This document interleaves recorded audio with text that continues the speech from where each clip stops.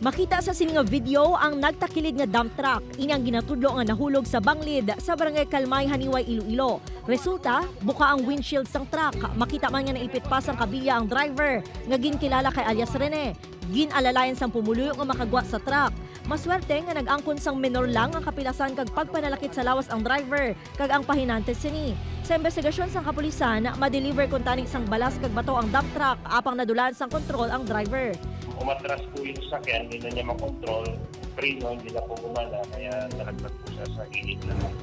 Samtang sa barangay Sarawag sa nasambit nga Banwa, patay naman ang rider nga ginkilala kay alias Erwin matapos nga mabungguan sang van nga ginamaneho ni alias John. Sa investigasyon sa kapulisan, nagatindog si Erwin tupad sang iya motorsiklo sa kilid sang balay agud magsuksok sa iya kapote sang hinali lang ini nga nabungguan. Pagkat po siya, pagdating po sa taas, doon po na nakatulog po ito.